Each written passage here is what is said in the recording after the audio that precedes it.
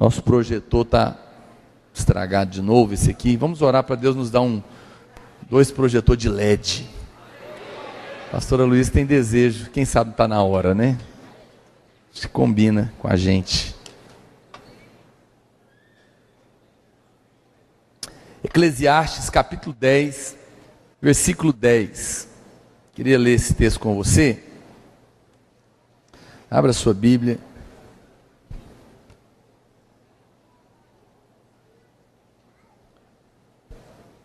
A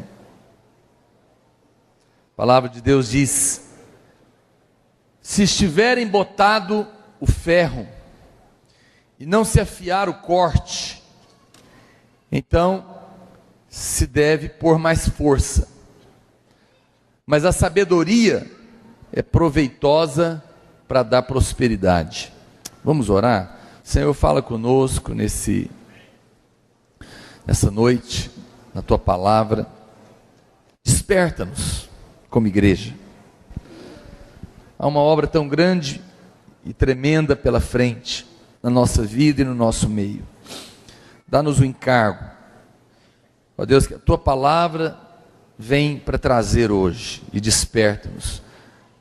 Abra os nossos olhos, chama-nos ao bom siso, à urgência, ao encargo do Teu coração nessa noite.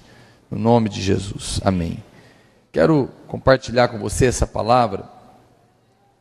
Quando o rei Salomão foi inspirado pelo Espírito Santo para escrever estas palavras, ele não deixou aqui só um princípio natural, mas paralelamente também deixou um princípio espiritual. Ele está falando aqui nesse texto que assim como existe sabedoria ao afiar o corte do machado, quando a pessoa vai rachar a lenha, com muito mais eficácia ele vai fazer, quando ele para afiar o machado. Assim também é a nossa vida. Se nós usarmos os instrumentos de Deus para sermos como machados afiados, a nossa vida espiritual vai ter muito mais sucesso, muito mais êxito. Eu me lembro da história de um homem de Deus que era lenhador nesses países frios. E ele era crente, homem de Deus, muito sábio. E ele tinha um discípulo, tanto na obra quanto no trabalho de cortar lenha. Aqui a gente não tem essa prática porque é quente, né? Mas em países frios eles, talvez desde pequeno, têm que aprender isso. E então esses países, inclusive, eles fazem campeonatos de lenhadores para ver quem derruba a árvore mais rápido. E esse irmão, ele já estava velho, bem velho. Ia ter um campeonato, era o último que ele ia participar. E o discípulo dele ia ser o primeiro que ele ia participar. Então ele estava muito animado, porque ele tinha certeza absoluta que ele ia derrotar o mestre, né? Tão novo, tão cheio de vigor. E então o mestre escolheu uma árvore mais distante, e ele ficou um pouco longe do aluno, do discípulo. O discípulo via ele de longe. Quando eles deram, tinham outros competidores. E quando eles deram a largada, aquele discípulo tão afoito, forte, começou a malhar a árvore, bater com o machado. E não é coisa rápida, demora. E ele foi batendo.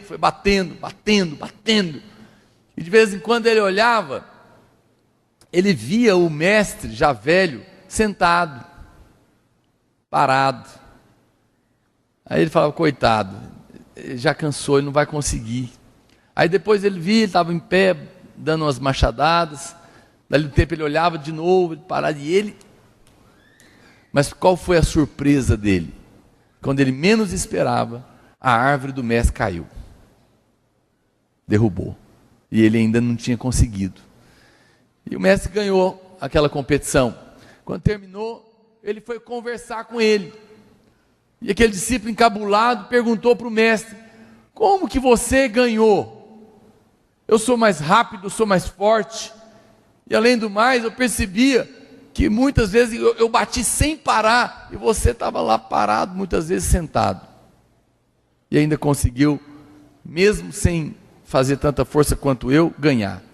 E o mestre falou para ele: não, é porque eu não estava, quando você olhava de longe, me via parado, eu não estava parado, eu estava afiando o meu machado. Você, quanto mais batia, mais cego ficava seu machado. E eu parava para afiar o machado. Então, quando eu batia, uma batida minha valia por 20 sua. Foi por isso que eu ganhei. Essa história, ela tem muito a ver com a nossa vida. Às vezes, você já percebeu que você está batendo numa situação, que você está tentando resolver, insistentemente, e não consegue. E às vezes, quanto mais você insiste da sua maneira, pior fica. Porque muitas vezes você está como esse machado cego. Você bate, tenta resolver de um jeito, de outro, vai daqui, vai dali, mas não resolve. Não resolve porque está sem corte. E você sabe, muitas vezes você não para afiar o machado, porque você fala: eu não tenho tempo, eu tenho que bater aqui, senão a árvore não vai cair. Mas o tempo que você para afiar o machado não é tempo perdido.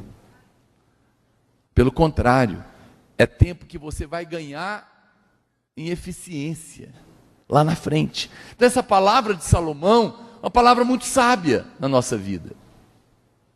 Isso vale para tudo, vale para questões naturais. Então, quando você está, por exemplo, estudando para ter uma profissão, os engenheiros têm muito isso, né?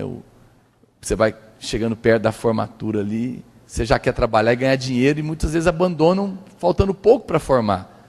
Ele quer parar de afiar o machado na hora errada. Porque tá bom que você vai ganhar bem aqui, mas na hora que você estiver formado ali na frente, você vai ganhar muito mais. Então, existe um tempo que é de estudar. Existe depois o tempo que você vai trabalhar. Tudo na vida funciona dessa maneira. Mas na vida da igreja, na vida espiritual, também é assim. E esse é o princípio que nós olhamos e precisamos aprender. Porque isso vai fazer você lá na frente economizar energia e força sem sucesso. Se você tentar economizar o tempo que você usaria dando manutenção na ferramenta, você vai acabar perdendo muito mais tempo tentando resolver as coisas e não vai resolver. E essa é uma lição que nós, como crentes, como povo de Deus, precisamos urgente aprender. Nós corremos o risco de, como igreja, muitas vezes, ou você mesmo na sua vida pessoal, estar como esse versículo, como um ferro embotado nas questões espirituais. Muitas vezes você tem tentado resolver os problemas da sua vida na força do seu braço. Quando você tenta resolver os seus problemas por você mesmo, então você vai ter problemas. Você não vai ter sucesso. Quando você tenta resolver e tentar levar a sua célula a crescer com estratégias humanas, você vai descobrir que esse é um machado cego. Vai bater, não vai acontecer nada.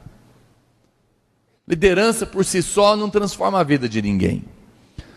Às vezes você está tentando resolver um problema do seu casamento na força do seu braço. Está tentando resolver um problema seu, de um pecado que te assedia, com estratégias naturais, não vai resolver. É o machado cego que está batendo. Você não percebe que esse problema às vezes não se resolve dessa maneira? Jesus sabia disso, muito bem. Até porque Ele é Deus. Um jovem disse assim: eu tenho um encargo por evangelismo. E ele saiu para visitar casas para pregar, num bairro. Escolheu um bairro e ele visitou 2.000 casas, pregando o evangelho. Perguntaram para ele, quando ele voltou: quantas pessoas converteram? Ele falou: nenhuma. E a pessoa perguntou para ele: e agora? O que você vai fazer? Ele falou: agora eu vou visitar 4.000 casas. Veja, ele não entendeu que não é o tanto que golpeia só, mas é se o machado está afiado. Ele achou que era o número de visitas que ia fazer diferença, quando na verdade estava faltando poder de Deus na vida dele. Por isso é que Jesus falou para os discípulos: ide por todo mundo, pregai o evangelho, toda criatura, quem crer e for batizado será salvo, não é isso? Aí talvez quando ele falou isso, os discípulos já iam saindo, vamos trabalhar. Aí Jesus falou: para aí, fiquem na cidade, até que do alto sejais revestidos de poder. Fica aí, porque vocês têm que afiar o machado. Se vocês saírem para pregar sem poder de Deus, é igual tentar derrubar a árvore sem afiar o machado. Não vai ter efeito, não vai acontecer nada na sua vida. A palavra de Deus é clara. E Deus então nos deu uma ferramenta, um afiador espiritual. Você é esse machado, a sua palavra é esse machado. Nós somos essa ferramenta na mão de Deus, mas às vezes a nossa vida não está fluindo, porque ela não está afiada. Já viu quando alguém está muito bom em algo, o irmão fala: irmão, você está afiado, hein? Você está com corte, você está muito bom. Deus nos deu essa ferramenta para usar tanto no que diz respeito à nossa vida cristã pessoal, como também no ministério e na vida da igreja. E esse afiador espiritual chama-se oração e jejum. A oração afia o machado. A oração e o jejum te devolvem esse corte poderoso, para que quando você orar, para que quando você liderar, para que quando você tiver que resolver problemas, funcione. Você sabe que tem muitos irmãos que estão pesados na liderança, cansados. Por quê? São honestos, querem fazer, mas não conseguem ver o resultado. Por que não vê? Porque está tentando resolver na força do braço. Vai ficar cansado e não vai ter resultado. Tudo na vida é assim. Tudo. Olha, eu me lembro, principalmente no começo do meu casamento.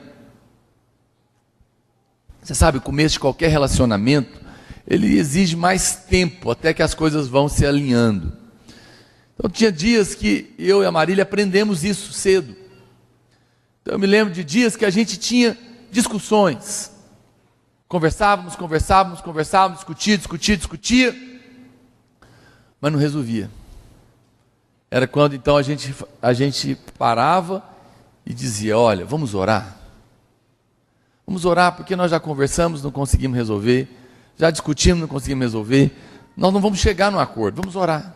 E muitas vezes ali orando, o Espírito Santo fazia. Já quebrantava o nosso coração, e aí o perdão vinha, a restauração. Porque às vezes aquilo que uma conversa longa não pode resolver, alguns minutos de oração são poderosos para resolver. Porque isso afina o machado, afina o coração. E isso é tremendo. Quantos de nós não temos visto esse resultado por falta desse machado? A Bíblia, antes de ler esse versículo aqui, de Zacarias, a Bíblia diz, lá no... Não é ele mesmo que eu quero ler. Esse versículo é tremendo de Zacarias. Olha o que ele fala. Não é por força, vamos ler juntos? Vamos lá, 1, 2, 3 e... Não por força, nem por poder, mas pelo meu Espírito, diz o Senhor dos Exércitos. Eu acho que às vezes a gente esquece esse versículo. E ficamos tentando resolver as coisas de outra maneira, sem orar. Né? Eu sempre conto aqui do adesivo da formiguinha para os irmãos, né? Precisando renovar. Não é que eu gosto dele. Quem achar um adesivo desse, traz para mim de presente. Eu gosto dele. As formiguinhas estão cheias de problemas. E uma se levanta e fala: gente, vocês já experimentaram orar? Está na época de eu colocar esse adesivo no meu carro. E é verdade. Às vezes nós corremos de um lado para o outro, mas não paramos para orar. Ah não, mas é que eu não tenho tempo. Pois é, olha o que diz a Bíblia no Salmo 84, verso 10. Acho que eu não pus ele aqui, não. Salmo 84, 10. Coloca aí, por favor. Abra sua Bíblia aí, se você trouxe.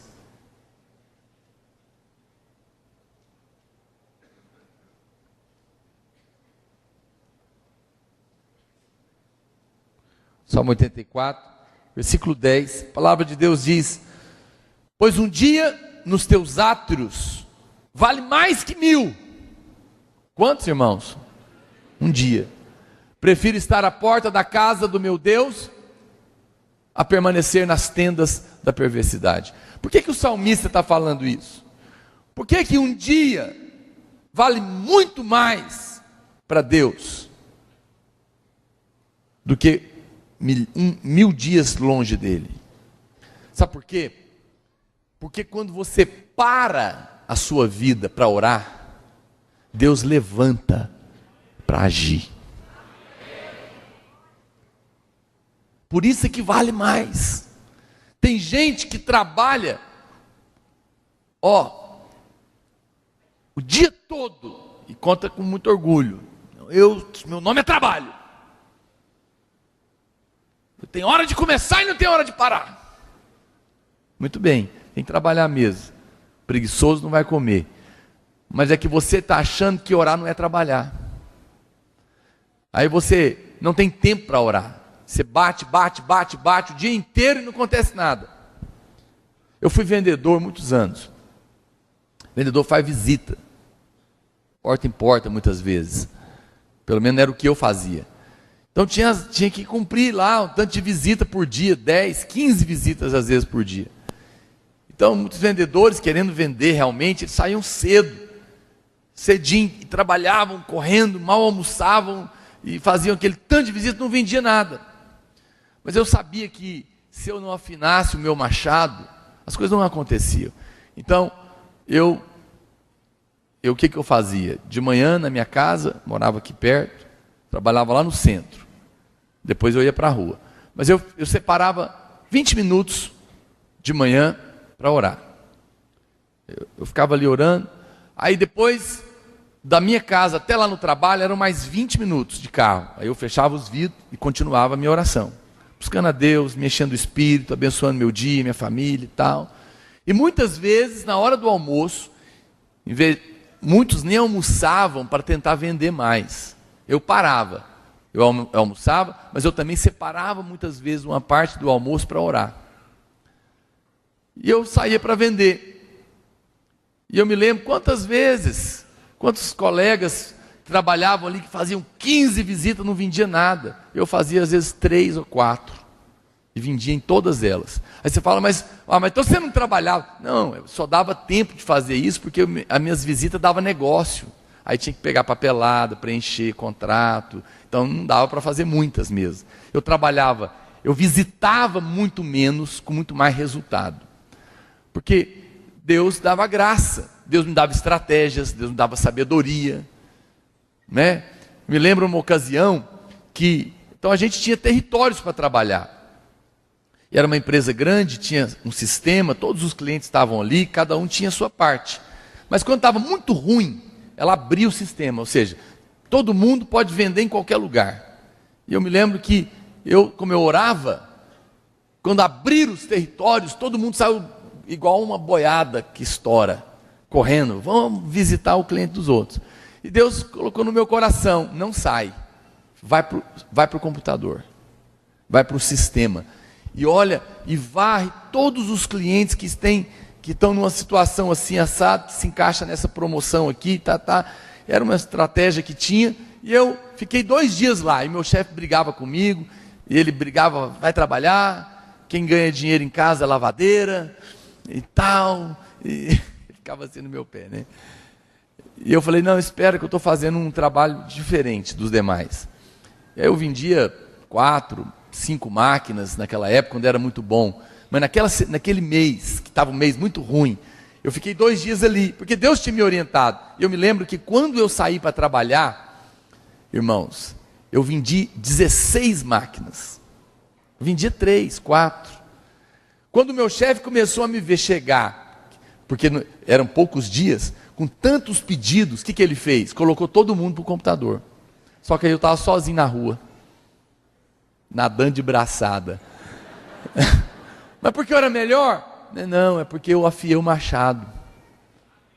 E eu estava orando para Deus me abençoar. Você sabe, eu tinha um chefe, o gerentão, ele era ímpio, mas ele sabia disso. De alguma maneira ele sabia disso. Porque às vezes chegava no final do mês, isso virou um testemunho. E aí eles punham aqueles vendedores tudo lá e...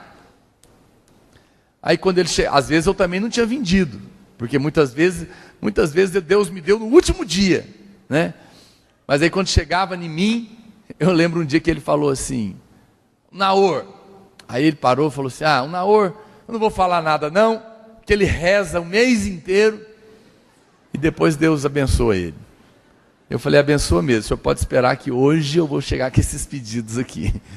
Eu pude testemunhar muitas vezes. Eu sei que é ruim falar de si mesmo, mas às vezes eu tenho que te falar para te mostrar que em tudo nós deveríamos parar para afinar o machado, afiar. Tudo você deveria parar. O tempo de oração não é tempo perdido.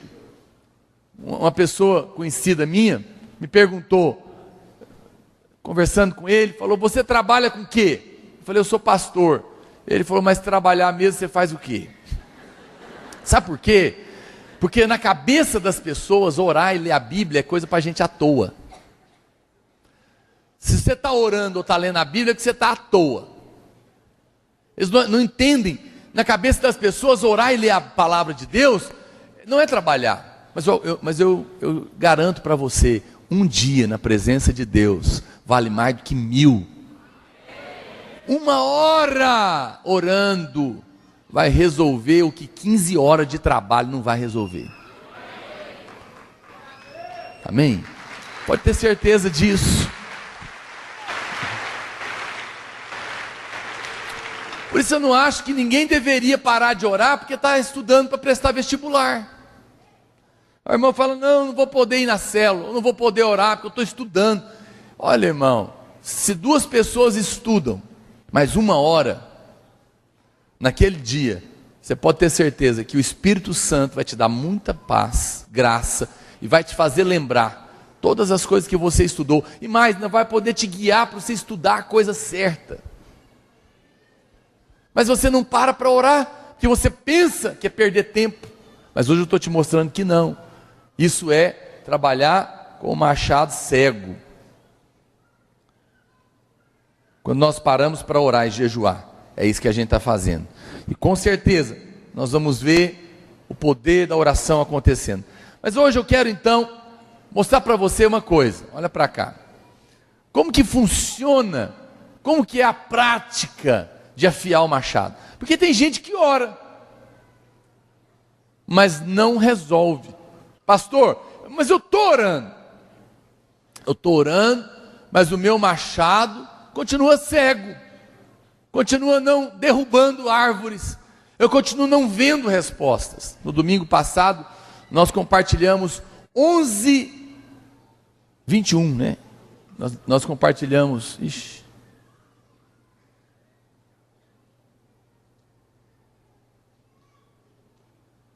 nós compartilhamos 21 motivos pelos quais a sua oração não é respondida. Mas hoje eu quero te explicar como é que funciona a oração no céu. Porque se você não aprender a orar certo, no domingo passado nós tiramos obstáculos, amém?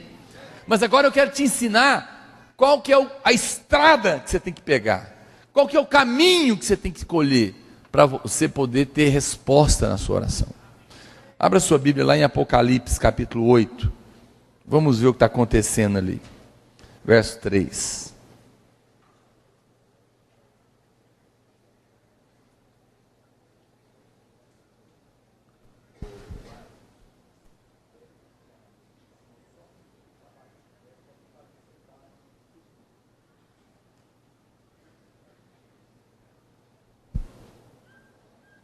Capítulo 8, verso 3.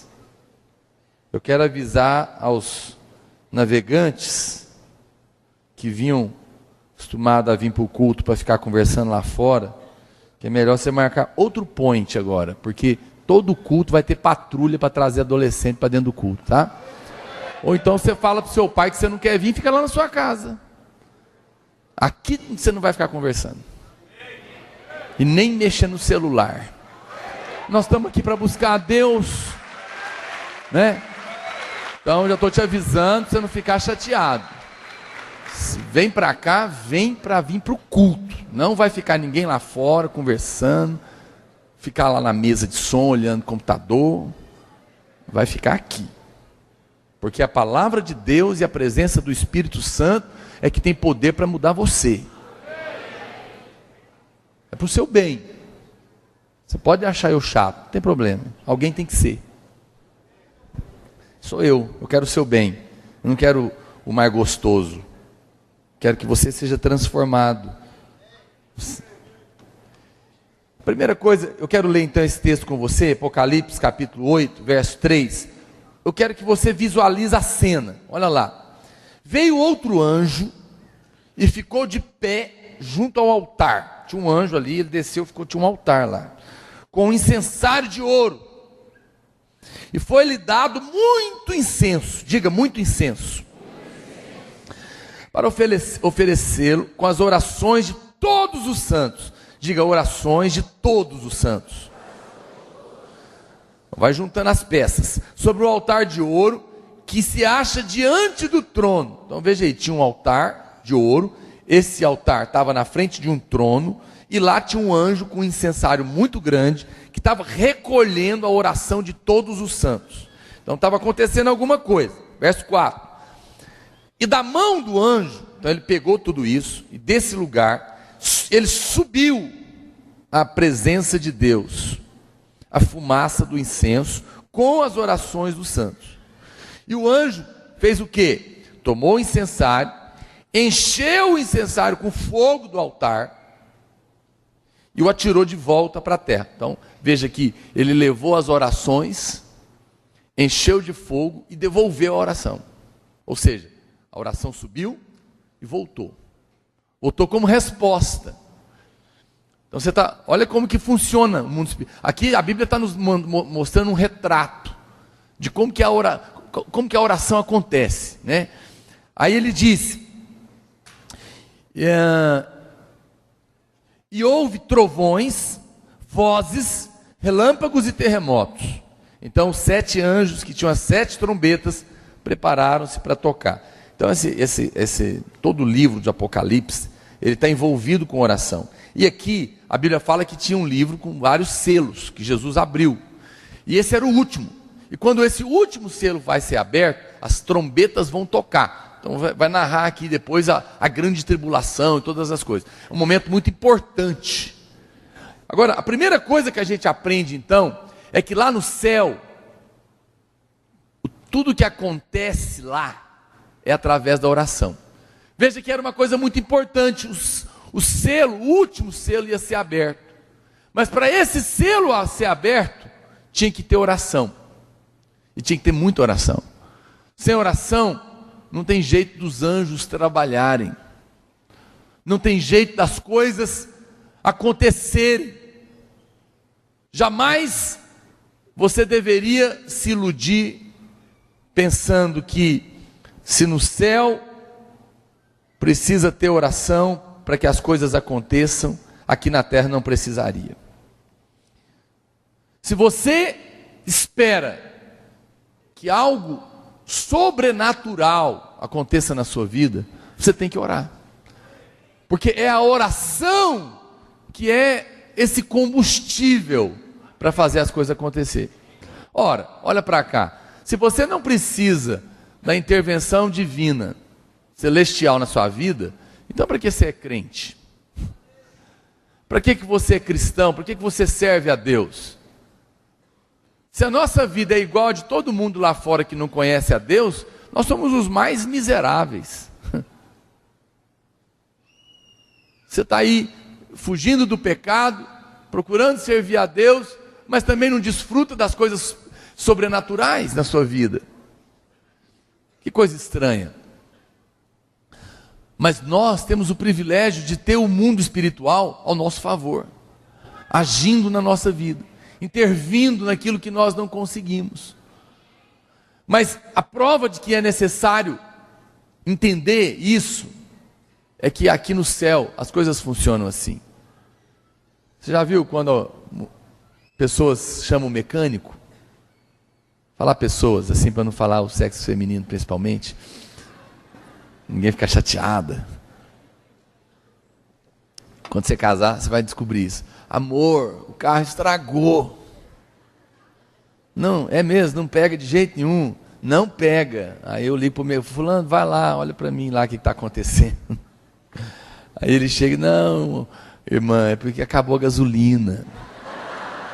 Não anda sem. Tá certo. Mas tem homens sonsos que faz isso também. Olha para cá, quem tem carro tem que lembrar que tem que pôr gasolina, senão não anda, não é verdade? É o básico. O mundo espiritual também não anda sem combustível. Os anjos não podem agir se você não orar. A oração é essa santa gasolina que faz o céu trabalhar, que dá condição para o céu trabalhar. A Bíblia nos mostra claramente, se você quer ter essa intervenção, você tem que aprender a orar. Orar por tudo. Orar por tudo que você vai fazer. Ora para ir para a escola. Ora para jogar bola. Ora para ir para a célula. Ora para sair de férias. Ora para se relacionar. Ora, meu irmão. Coloca Deus. A nossa vida é uma grande engrenagem. E ela precisa estar lubrificada com esse óleo do Espírito o tempo todo, que vem da oração. Mas você não ora, você é natural. Você acha que certas coisas não precisa orar? Você precisa orar para estar casado, orar para ter amizades. Sua amizade, você lida com ela de uma maneira natural, começa a ter um problema na amizade, você não ora, você acha que o outro aqui é carnal, o outro aqui é isso. Tudo bem que tem tudo isso, mas quando nós oramos, as coisas são diferentes. E lá no céu é assim. Segunda coisa, a Bíblia diz que foi dado muito incenso. Foi dado pouco, gente? Não, foi dado muito. Não adianta só orar. A Bíblia diz que foi dado aos anjos muito incenso. E isso mostra claramente que não apenas nós precisamos de orar, mas nós precisamos orar muito.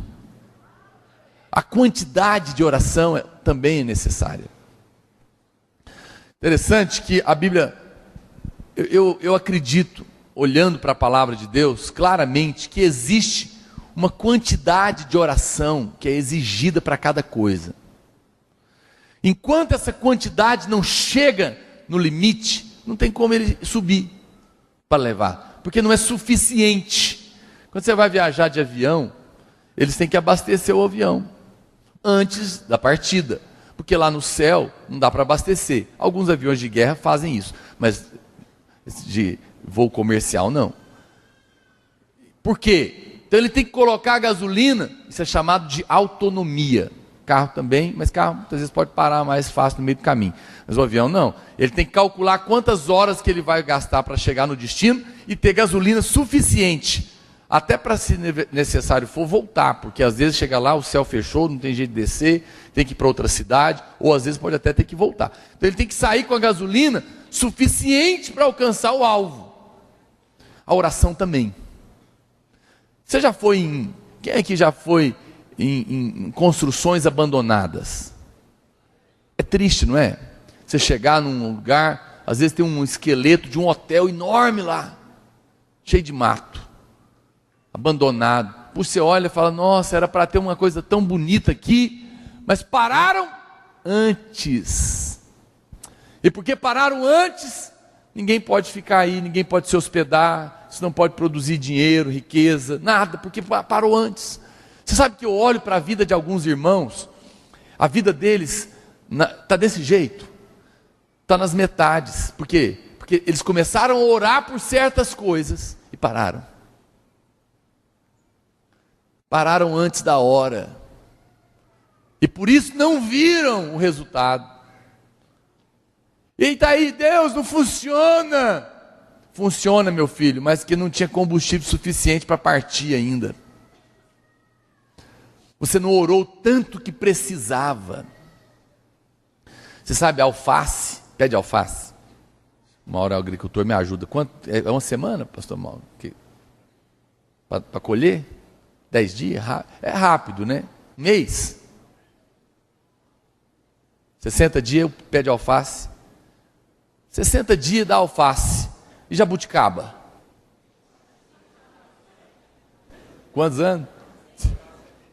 Se for plantar semente, é uns 20, minha filha. 5 anos é que você já comprou o pé grande. Tem coisa que dá rápido. Tem coisa que demora.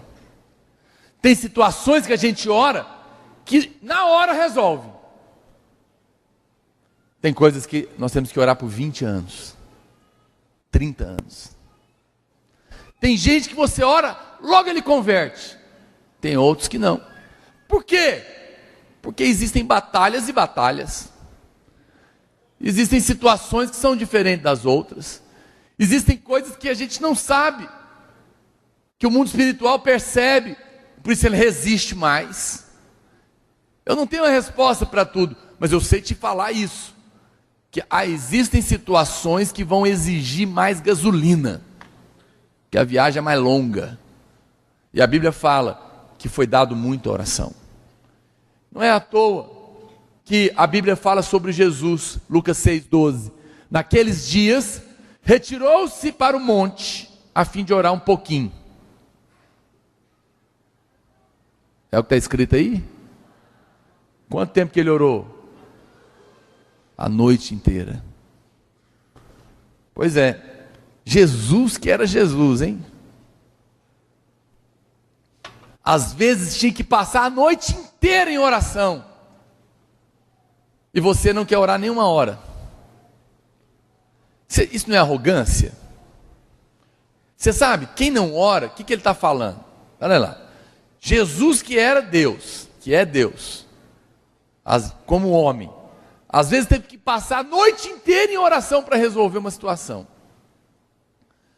Aí eu não quero orar e quero resolver. O que eu estou falando? Que eu sou melhor do que ele, que eu mesmo sem oração resolvo. Isso é arrogância. Jesus orava e não orava pouco, Jesus orava muito. Tem gente que orar muito, ele não ora não, mas comer ele come, muito.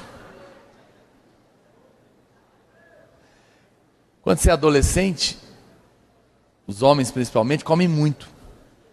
E uns nunca saem dessa fase. Mas você sabe que você está comendo muito? Porque você está em fase de crescimento. Eu também. Só que se eu não vigiar, eu cresço para o lado agora.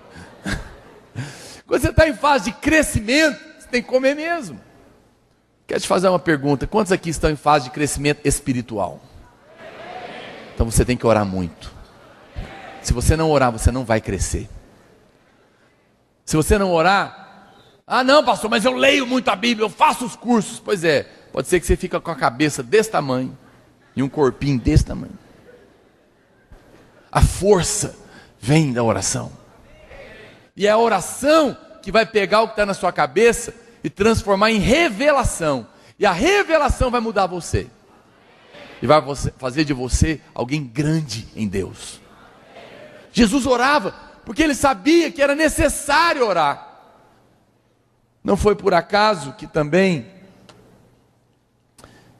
lá em Mateus, no capítulo 14, verso 37, não sei se eu coloquei aqui, volta lá no meu PowerPoint primeiro. Não pus.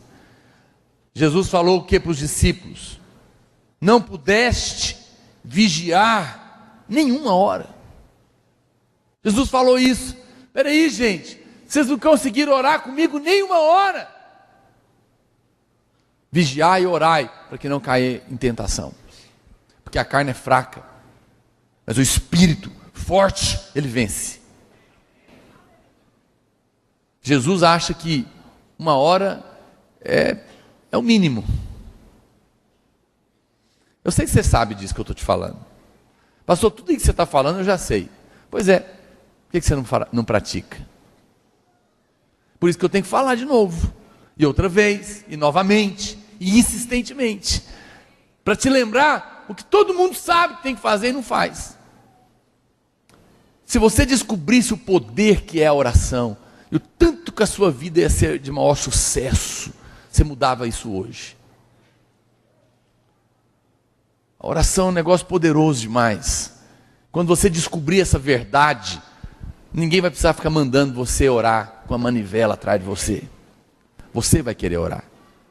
Quando você é criança, a gente tem que mandar comer, não é? Quando você é adulto, tem que mandar parar de comer. Mas no mundo espiritual não é assim. A gente manda comer quando é criança e depois a gente anima para continuar comendo. Porque quem não come é fraco, quem não ora é fraco. Mas quem ora, governa da parte do céu. Olha, quantas vezes eu entrava no meu trabalho e às vezes o ambiente estava pesado, estava pegando, confusão. Eu ia lá para o banheiro, eu sabia quem é que podia mandar lá. Eu já chegava no banheiro e falava: Satanás, cala a boca, você está amarrado em nome de Jesus, solta o chefe tal, solta o chefe fulano, solta essa confusão, espírito maligno de confusão, vai caindo agora, Senhor, no nome de Jesus, manda os teus anjos aqui, eu declaro paz neste lugar. Eu governava lá sem ser chefe, porque eu orava, eu subia orando, se necessário foi, eu ia para o banheiro orar, orava, todo lugar, naquele lugar, onde eu moro, aonde eu vivo, eu oro, porque a oração governa, é a oração que decide as coisas. Mas você fica batendo boca. Ore pelo seu professor que só fala besteira. Quando eu falo isso, tem professor aqui que ficou ofendido. Não, se você é professor cheio do Espírito, é isso que eu espero de você. Mas se você é vazio, é para você mesmo que eu estou falando. Ué, não se ofenda com isso. Se não é para você, não precisa se ofender.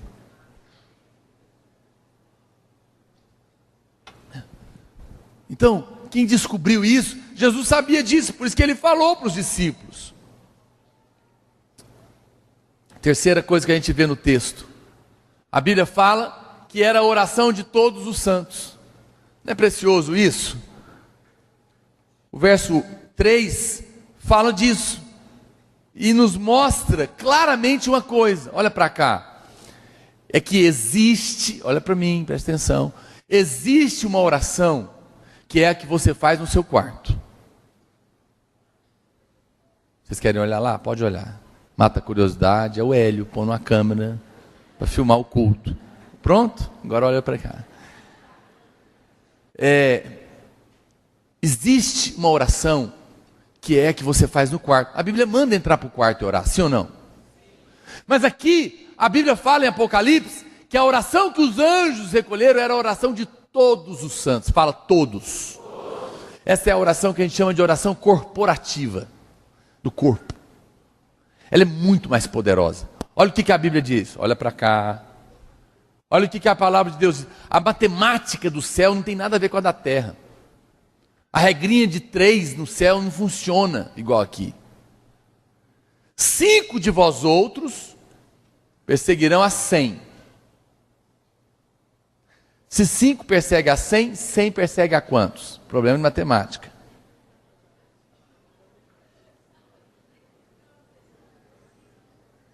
Mas a Bíblia fala que 100 vai perseguir 10.000. Se você fizer a regrinha, você vai descobrir que não bate. É muito mais poderoso no céu. É um poder da sinergia espiritual. Quando eu oro junto com o irmão, por isso que a Bíblia fala que se 2 ou 3 concordarem a respeito de qualquer coisa na terra, vai acontecer no céu. Existe um poder que só é destravado quando é do todo. Sozinho. Eu vou te falar uma coisa séria, olha para cá. Tem coisas que não serão resolvidas na sua vida sozinho. Ou você vai orar com outros, ou não vai ter resposta. É um corpo funcionando. É um corpo junto. Isso é poderoso demais. Isso é incrível. E é por isso que eu falo para você que você tem que vir para as reuniões de oração.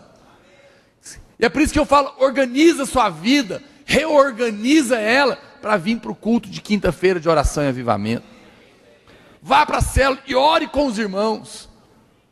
Orar junto é algo muito poderoso. Lá em Atos, no capítulo 2, coloca lá para mim, irmão, verso 42. Atos 2, 42, a Bíblia diz: e perseveravam na doutrina dos apóstolos e na comunhão, no partir do pão e nas orações. Eles perseveravam, eles oravam juntos. E aí, lá em Atos, no capítulo, um pouquinho para frente, no capítulo 12, verso 9, Pedro estava preso. Pedro estava preso. De repente ele teve uma visita de um anjo, a Bíblia fala, e as portas foram abertas. Olha o que aconteceu. E saindo o seguia, não sabendo que era real o que se fazia por meio do anjo. Parecia-lhe antes uma visão. Pedro não sabia se ele estava vendo um anjo, se ele estava tendo uma visão, se aquilo era real, porque as portas da cadeia foram sendo abertas. Depois de terem passado a primeira e a segunda sentinela, chegaram ao portão de ferro que dava para a cidade, o qual se lhes abriu automaticamente. E saindo, pode subir, irmão, lá para frente. E saindo, enveredaram por uma rua. E logo adiante o anjo se separou dele. Sobe lá o versículo. Então, Pedro, caindo em si, percebeu o que tinha acontecido, disse: agora sei verdadeiramente que o Senhor enviou o seu anjo e me livrou da mão de Herodes e de toda a expectativa do povo judaico. Sobe o versículo 12. Ele está pensando agora em tudo que aconteceu. Olha como esse versículo é tremendo. Considerando ele a situação sobrenatural que aconteceu ali, ele resolveu ir para a casa de Maria, mãe de João, cognominado Marcos. Por quê? O que estava acontecendo lá, gente? Vamos ler juntos? 1, 2 e... onde muitas pessoas estavam congregadas e oravam. João sabia por que tinha acontecido aquele grande livramento. E por isso ele foi para lá. Ele foi lá na fonte da solução. Ele sabia que tinham irmãos congregados, orando juntos por ele. Por isso o milagre aconteceu. Deixa eu fazer uma pergunta. Tem alguém que ora por você? Você ora junto com outros irmãos? Ou você só ora sozinho? Vou fazer uma pergunta. Na verdade, tem que ensinar, porque muitos irmãos nem sabem que a gente tem um compromisso aqui na videira. Quantos irmãos oram por mim na hora do almoço? Pouca gente. Você nem sabia, né? Você sabia que nós precisamos de oração? De todos os irmãos? Precisa mais do que você, porque o primeiro tiro pega na minha testa. Na do pastor Luiz, na minha, só depois vai chegar lá na sua, lá para baixo. Mas você tem que orar por nós. Nós pedimos aos irmãos que sempre que você for comer, café da manhã, almoço, janta, imagino que você ora para comer, imagino. Faz menção do nosso nome, sempre. É uma prática que nós pedimos à igreja. Senhor, abençoe este alimento, em nome de Jesus, que nada me faça mal. Abençoe também o pastor Aloysio, sua família, pastor Naoro, sua casa. Abençoe o meu pastor de rede, pastor fulano. É só isso. Se nós tivermos muitos irmãos orando por nós, que seja uma menção. Você não faz ideia o poder que isso tem na minha vida. No começo do semestre, nós separamos para jejuar. Eu chamei os 18 pastores aqui do Bueno, com as suas redes. E nós pegamos nome por nome, líder por líder, discipulador por discipulador. Foram mais de 700 nomes. E não era assim, cada um orava pelo seu, não. Nós fizemos a roda. Pastor Marcos, você vai orar por cada líder seu, cada discipulador, nome por nome. Todo mundo aqui vai falar amém. Vamos começar, você é o primeiro, falta só 17. Nós oramos horas a fio. Horas. nome por nome, o nome de cada líder, cada discipulador, cada problema, pedindo a Deus. Demoramos horas orando. Por que eu fiz isso? Fiz porque eu sei que isso é muito importante. Fiz porque eu estava também ensinando aos pastores a importância de nós orarmos uns pelos outros. E fiz porque também tínhamos que orar juntos. Nós oramos pelos irmãos, quero que você saiba disso. Essa caixa aqui não é de enfeite não. Os pedidos são colocados aqui, a gente tira e lê o nome de cada um e ora. Nós acreditamos no que nós estamos fazendo. Mas eu gostaria que você também orasse por mim. Quantos podem fazer o compromisso de citar meu nome na hora da comida? Eu sei que alguns vão me abençoar mais do que outros, porque come 5 vezes por dia.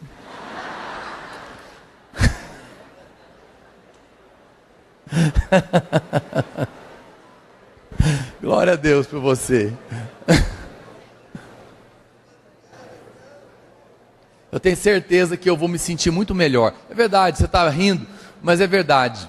Se os irmãos lembrarem de nós, nós vamos estar muito mais em condição de ser bênção na sua vida também. Quarta coisa,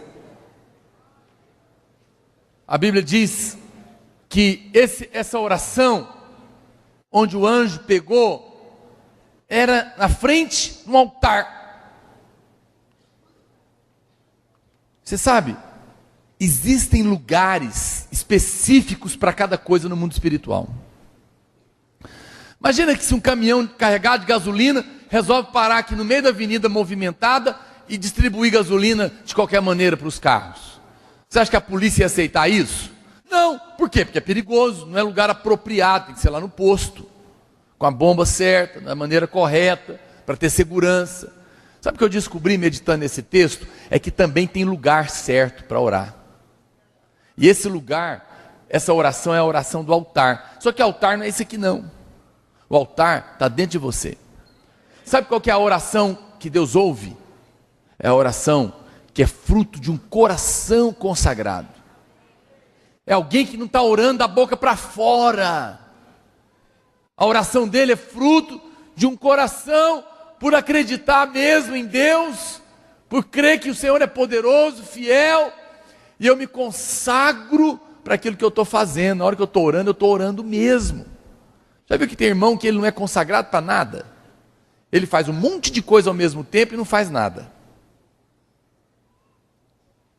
Eu ouvi a história de 2 monges clausurados que resolveram, entre eles, falou, vamos conhecer o negócio lá fora. A gente nunca saiu. Depois a gente se encontra e confessa um para o outro e resolvemos. E eles saíram. Foram para o mundo, por um momento. Não faça isso. Aí saiu, deu uma olhada, olhou umas moças bonitas, não teve coragem. Até pensou em tomar alguma coisa assim de álcool, mas também não quis. Encontrou, mas acabou mentindo, né? E olhou com intenção impura e voltou. E o outro foi para outra banda. E aí eles voltaram para confessar um para o outro. Aí o que tinha aprontado pouco confessou primeiro. Pode falar, o outro falou, pode confessar. O que você fez? Não, eu menti, eu olhei para uma mulher com intenção impura. Na verdade eu acabei tomando uns gole aí, mas não cheguei nem a ficar bêbado não, fiquei meio tonto. Aí ele falou, tudo bem, então é o seguinte, 100 Pai Nosso, 200 Ave Maria, 300 Credo, de joelho. Essa é a sua penitência. Pode. Aí ele falou, agora eu vou falar, agora você pode. Não, minto, foi o contrário. Eu contei o trem errado, estraguei.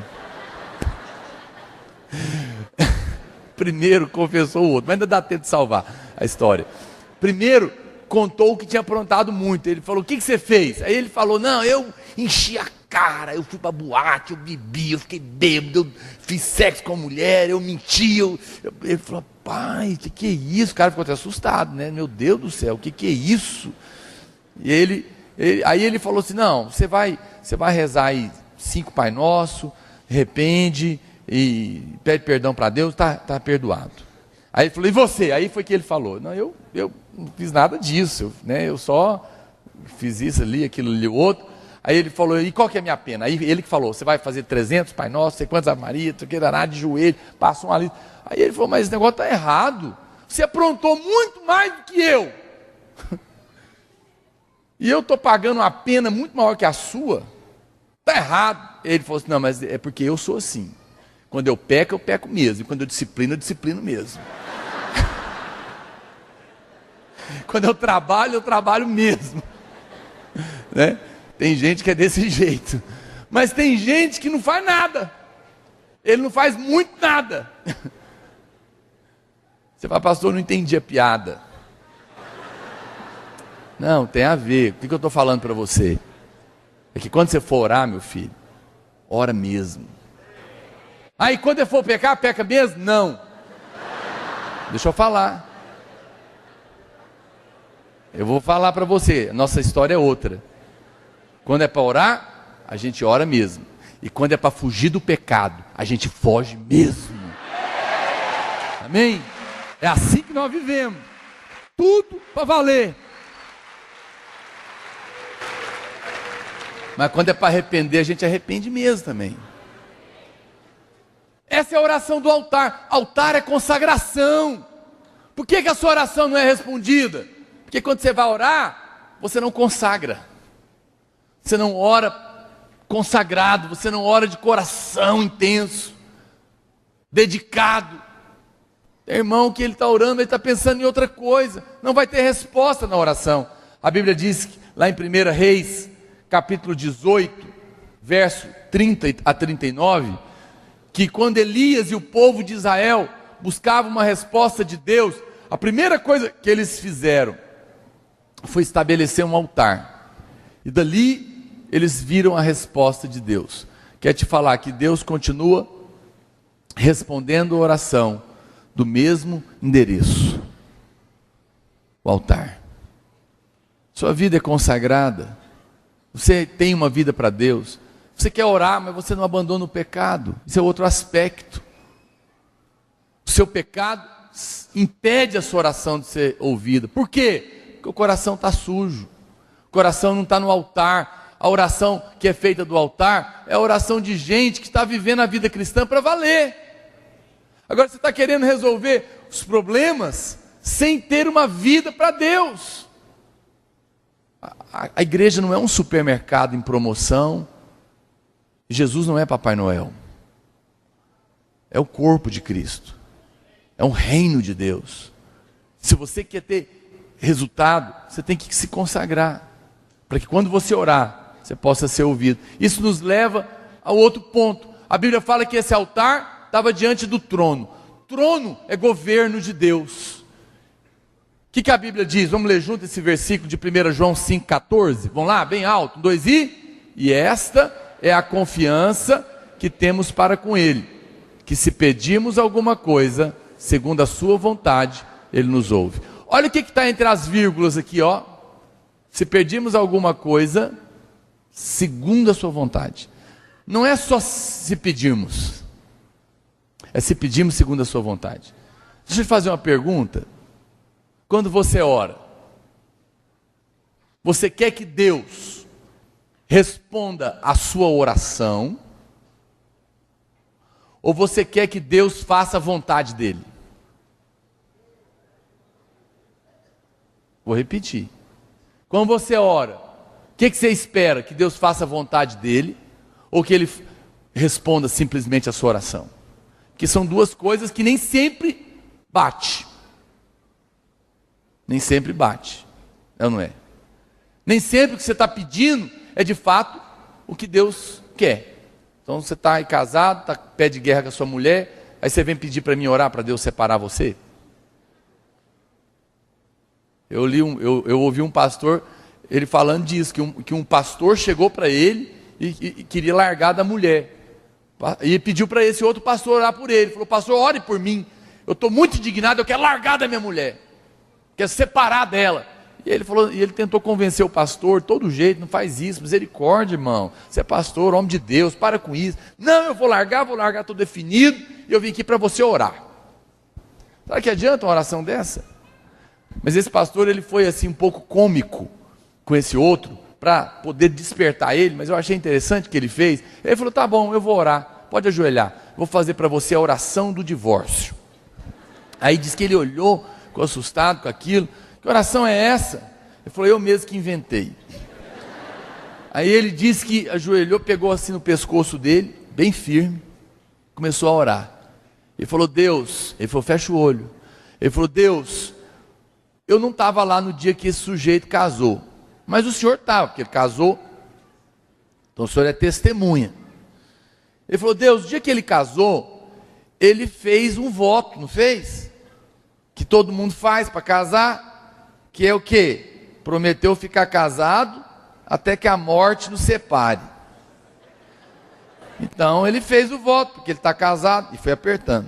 Aí ele falou, Deus, e hoje ele está aqui, ele quer separar. Ele falou, então, senhor, mata ele. Ele falou isso. E ele disse que o outro, não. Segundo ele, a mulher estava lá do lado ouvindo a oração dele. Diz que ela olhou, ele olhou para a mulher dele, fez um sinal, falou, não, eu prefiro você do que a morte, não quer separar não. Aquele pastor estava orando, é brincadeira, era cômica a oração dele, mas é verdadeira. Se é para orar, vou orar a oração que Deus vai responder, porque você falou que ia ficar com ela até morrer. Você quer largar? Não tem, então vamos morrer. Porque vamos fazer direito. Você sabe a oração que é respondida? É a oração onde a vontade de Deus prevalece. Antes de fazer um pedido, você devia primeiro perguntar se esse pedido é o que Deus quer. Alguém pode resistir à vontade de Deus? Algum demônio pode impedir a vontade de Deus ser feita? Alguém pode prevalecer? A vontade de Deus não pode ser resistida. Ela é soberana. E ela se cumpre. Então por que que muita oração não é respondida? Porque talvez não seja a vontade de Deus. Estou usando um exemplo aqui ao extremo. Mas tem muitas coisas que não é pecado. Tem muitas coisas que não é errado. Eu posso te dar um exemplo meu. Nesse mesmo lugar que eu trabalhava, teve uma ocasião, uma época, que a coisa ficou bem complicada. E eles começaram a me prejudicar. E pegar no meu pé. E me espizinhar. E eu me lembro um dia que eu desci de uma escada, eu estava com muita raiva. Muita indignação. E eu entrei no carro, nervoso, chateado. E eu comecei a orar. Eu falei, Deus, eu vou sair daqui. Em nome de Jesus, o Senhor vai abrir outra porta para mim. Eu não quero isso aqui mais, eu não preciso disso. Tarará, tarará, eu vou para outro lugar. Comecei a falar um monte de coisa. E aí Deus falou para mim, claramente no meu coração: você vai fazer o que eu quero? Ou vai fazer a sua vontade? Aí eu assustei. Aí eu parei. Eu falei, oh Deus, não, eu sou teu servo. Tem um trono na minha vida. O Senhor governa. O Senhor me encabeça. Eu não quero ser obstinado. Eu quero fazer a tua vontade, eu não quero fazer o que eu quero. Aí eu falei, então, Senhor, eu posso sair? E Deus falou para mim, não, eu não terminei aqui ainda. Naquela hora, então, eu me arrependi, pedi perdão, pedi graça. Deus me restaurou e de fato fiquei lá até a hora de Deus, porque daí já era a hora de eu vir para o ministério. Quando eu saí, foi uma bênção ter ficado. Mas tem muitos irmãos que Deus não governa a vida dele. Para ele ora como se Deus fosse um servo, um empregado dele. Você vai fazer isso e é tal dia. Vou te dar 3 dias, Deus. Em 3 dias o Senhor vai cumprir isso aqui.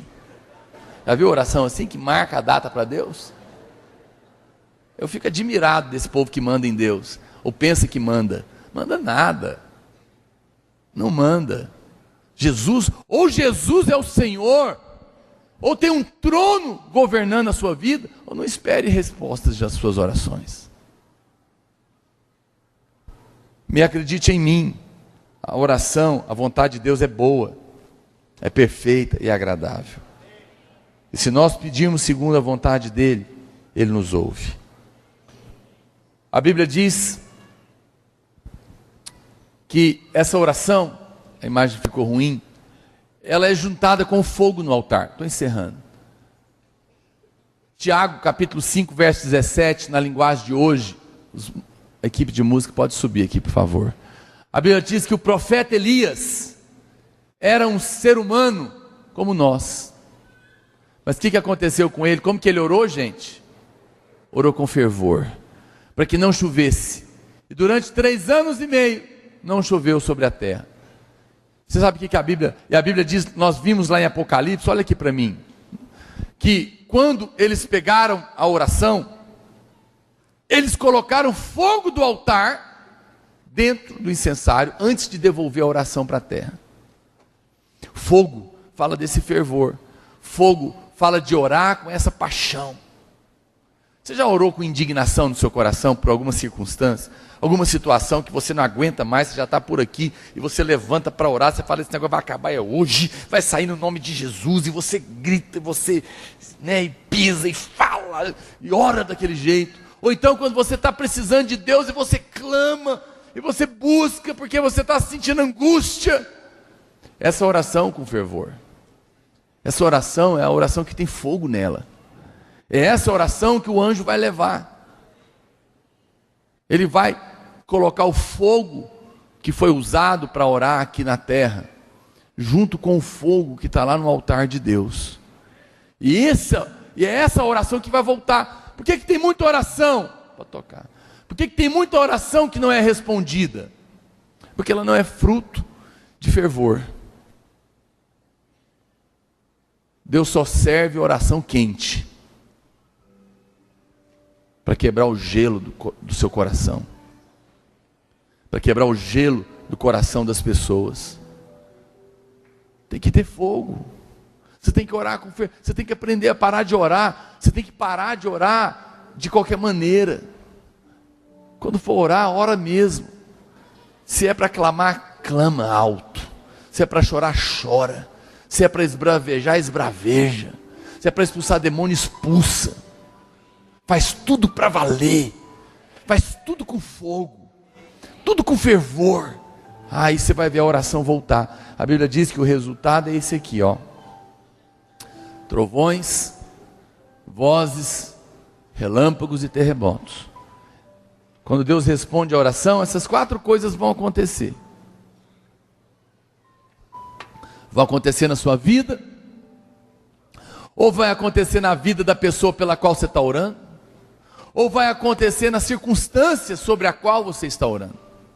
A primeira coisa é o trovão. Trovão, quando ele é forte, você sente aquele tremor por dentro, não é? Você sabe qual que é o primeiro sinal de que Deus começou a responder a oração? É que brotou dentro de você, ou da pessoa, um pequeno tremor.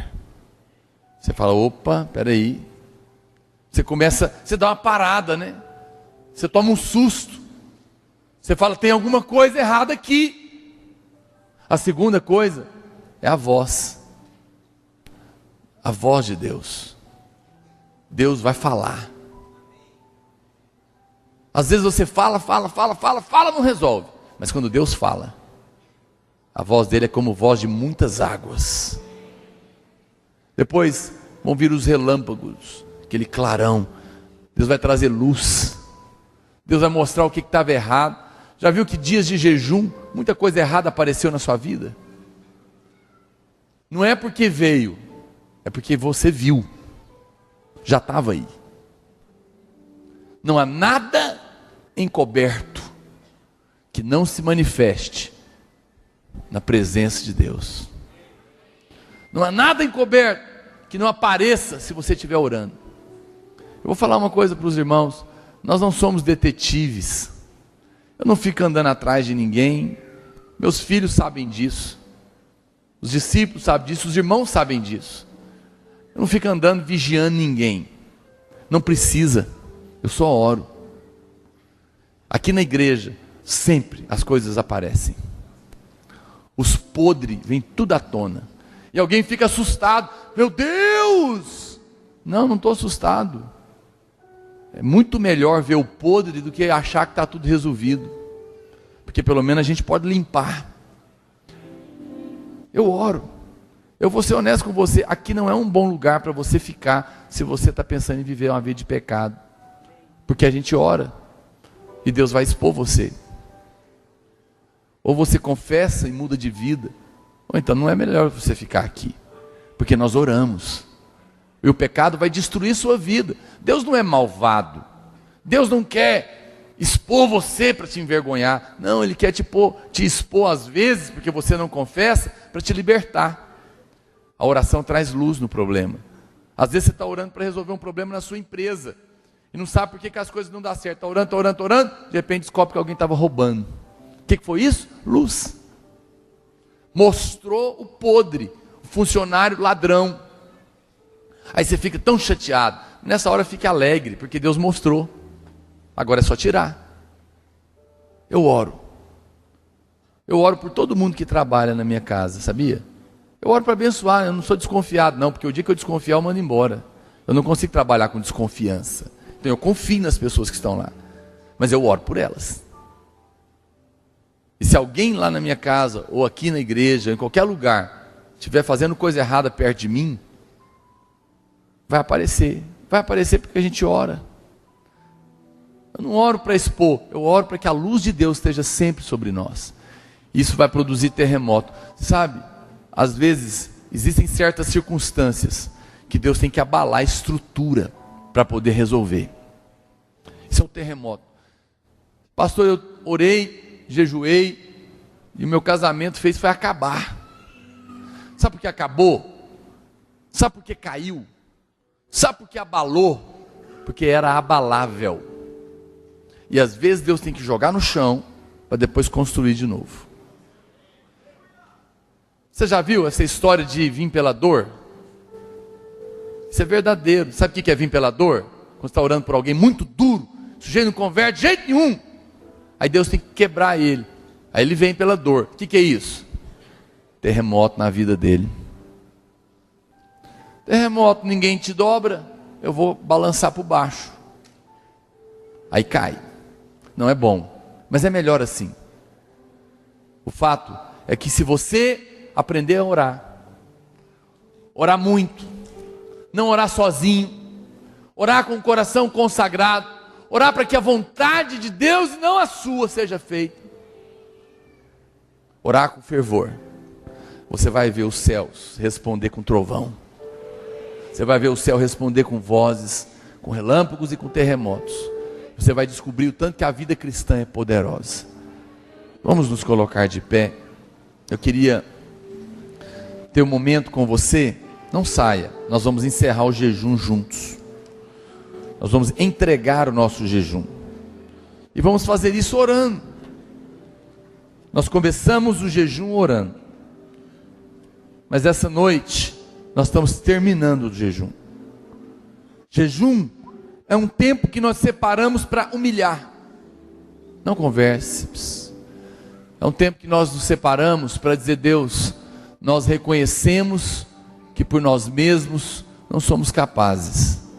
Precisamos da tua intervenção. Quantos aqui receberam alguma resposta de Deus durante o jejum? Eu recebi. Também é tempo de você agradecer. Ao entregar o jejum, agradecer o que Deus fez. Pastor, eu não recebi ainda. Então você deve orar também. Fala: Deus, estou entregando o meu jejum hoje, mas continuo consagrado diante do Senhor, até que essa e essa situação aconteça. Meu irmão, o meu parente, meu fulano, meu amigo, que eu estou orando, ainda não converteu. Mas Senhor,